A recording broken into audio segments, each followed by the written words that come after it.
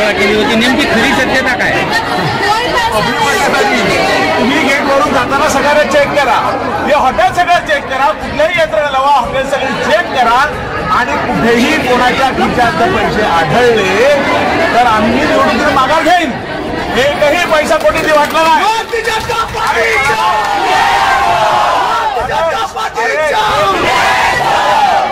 लागला 100% पराभव आहे. आता 1 लाखपेक्षा जास्त मतांनी पराभव होणार.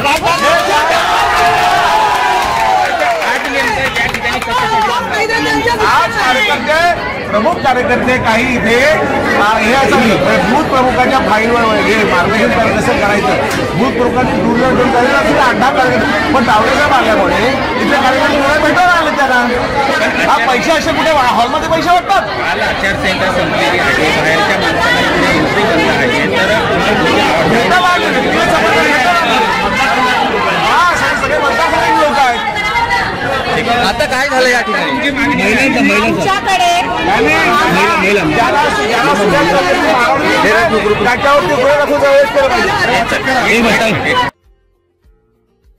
हमारे चैनल को अभी सब्सक्राइब करें और बेल आइकन दबाना न भूलें। धन्यवाद।